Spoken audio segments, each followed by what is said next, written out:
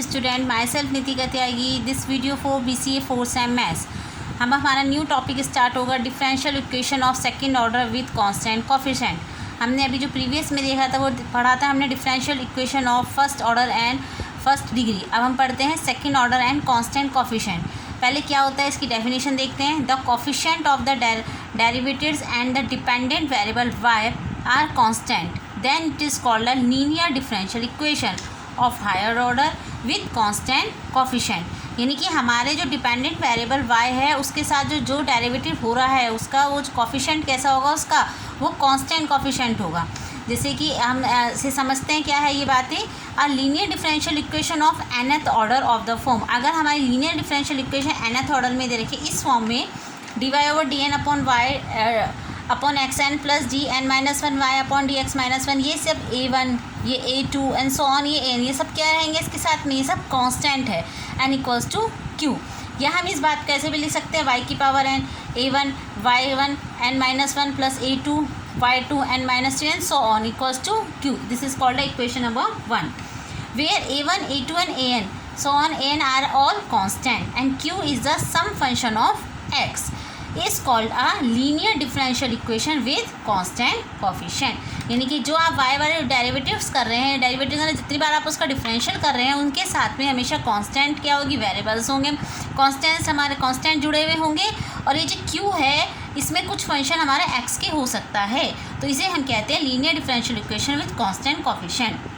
अब q हमारी दो फॉर्म में होगा, अगर q इक्वल्स टू 0 हो जाता है देन द इक्वेशन नंबर 1 इन ये वाली equation is called a homogeneous differential equation. If यदि q does not equal to 0 हो जाता है देन द इक्वेशन 1 यानी ये वाली is called the non homogeneous differential equation. फिर दस the general solution of first, जो हमारी इक्वेशन नंबर फर्स्ट है ये उसका जो कंसिस्ट है 2 पार्ट्स में डिवाइड हो जाती है वो हमारे।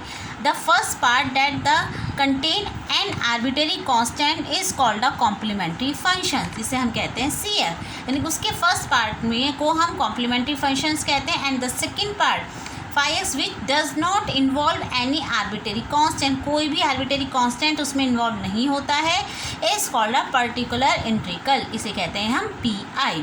We often denote these by YC and YP respectively. Thus the general solution जो हमारा निकलता है इक्वेशन नंबर फर्स्ट का, वो हमारा जनरल सॉल्यूशन क्या निकलता है, y equals to CF plus PI और y equals to YC plus YP। अब यहाँ पे देखिए ये CF है और एक शब्द है हमारा PI।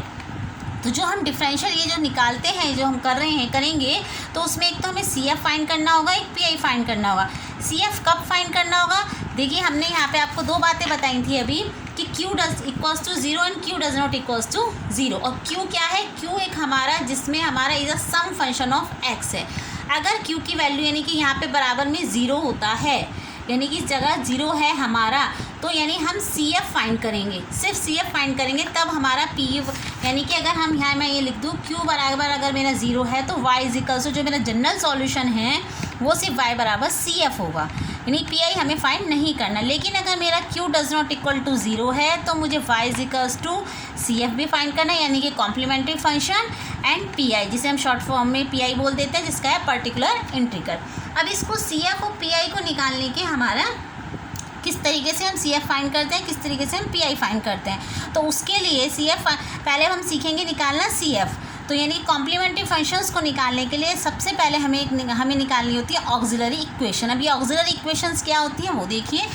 Let us consider the differential equation. हमारी इक्वेशन है, इसे हमने एन टाइम तक डिफरेंशियल किया, इसे हमने इक्वल्स टू क्या है देखिए इसमें 0 इक्वल्स, इसे हम बोलते हैं 1।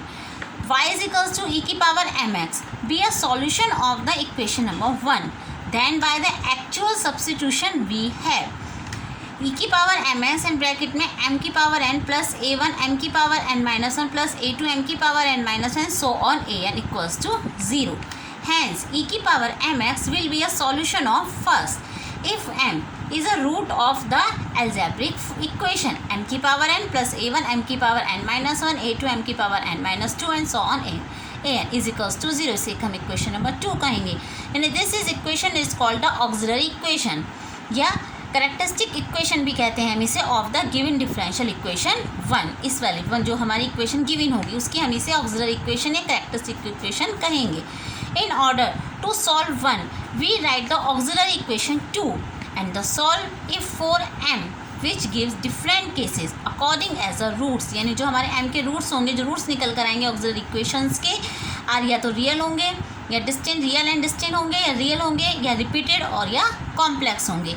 अब इसको हम, ये तो हमारी एक मैथमेटिकल डेफिनेशंस हो गई, ठीक।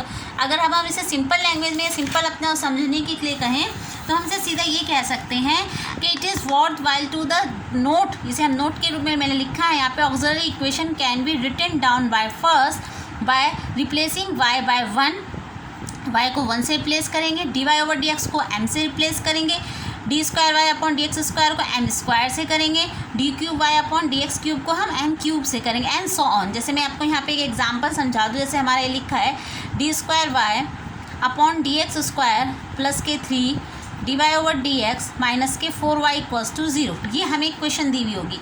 तो सबसे पहले हम इसको, इससे ये इक्वेशन इस रूप में भी मिल सकती है आपको।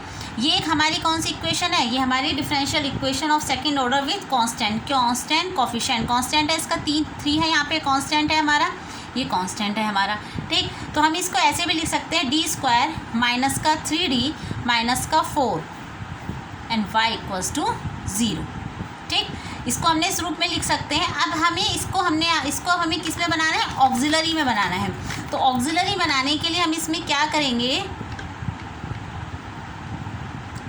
ये इस वाली इक्वेशन को हम लिख सकते हैं m² माइनस के 3m माइनस का 4 इक्वल्स टू 0, ये हमारी होती है ऑक्सिलरी इक्वेशन। इस तरीके से जो हमने यहाँ पे बात कही है ना, ये वाली चीज़ें m की power n a n m minus 1 is equals to 0 से हमने इक्वेशन नंबर 2 कहा है, ये हमारी ऑक्सिलरी इक्वेशन होती है इस रूप में। m जैसे हमारी इक्वेशन ये है, हमारी इक्वेशन dy² इस तरीके से है, इसी या d की फॉर्म में है, तो d को हम किस में रिप्लेस कर देंगे, m में रिप्लेस कर देंगे, तो m² माइनस के 3m माइनस का 4 equals to 0, this is called the auxiliary equation.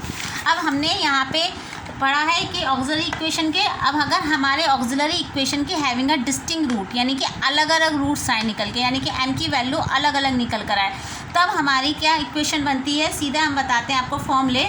तब हमारा सीधा फॉर्मूला आता है y is equals to c1 e की power m1x plus c2 e की power m2x and so on cn e की power mnx।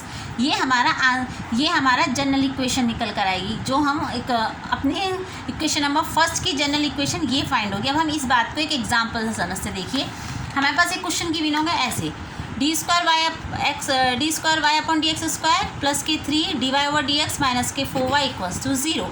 Hair the auxiliary equation is, हम इसे डायरेक्ट भी लिख सकते हैं ऑक्सिलरी इक्वेशन को, चाहे तो आप इसे ऐसे भी बता सकते हैं d² प्लस के 3d माइनस का 4y इक्वल्स टू 0, ऐसे भी बता सकते हैं। फिर आप इसे चेंज कर सकते हैं ऑक्सिलरी इक्वेशन में, तो d² की जगह m² हो गया, यहाँ पे सॉरी प्लस है ये, हाँ प्लस के 3m हो गया माइनस के 4 इक्वल्स टू 0, ये हमारी क्वाड्रेटिक इक्वेशन हो गई जो हम 10th क्लास में पढ़ते हैं। इससे हम m की क्या निकाल लेंगे, रूट्स फाइंड कर लेंगे, तो m हमारे, इसको हमने रूट्स क्या लेंगे, इसके m-4 और m+4 सॉल्व करके हमारा m इज इक्वल्स टू -1 और m इज इक्वल्स टू 4। तो ये हमारे रूट कैसे हैं, अलग अलग हैं, हाँ रूट्स हमारे अलग अलग हैं। Hence the general equation is a form of the given differential is, अगर हमारे रूट्स अलग अलग होते हैं तो फॉर्मूला हमारा ये है y is equals to c1 e की power m1x plus c2 e की पावर m2x, m1 क्या माइनस का 1 और m2 क्या है 4, तो बस c1 e की पावर माइनस का x प्लस के c2 e की power 4x and c1 and c2 are the arbitrary constant and this is a answer. यही क्या हो जाता है हमारा आंसर। तो हम इस तरीके से करते हैं अगर हमारी ऑक्सिलरी इक्वेशन के रूट्स क्या आते हैं डिफरेंट। अब हम नेक्स्ट वीडियो में देखेंगे, अब हमारे ऑक्सिलरी इक्वेशन अगर रियल इक्वल, ये तो इक्वल आते हैं या इमेजनरी पार्ट्स में आते हैं, तब हम उसके लिए हमारी डिफरेंशियल इक्वेशन का क्या सॉल्यूशन होता है। और अगर किसी को कोई प्रॉब्लम हो तो कमेंट बॉक्स में डाल दीजिए, किसी भी स्टूडेंट्स को, और मेरी वीडियो को शेयर कीजिए, लाइक कीजिए, सब्सक्राइब कीजिए। Thank you.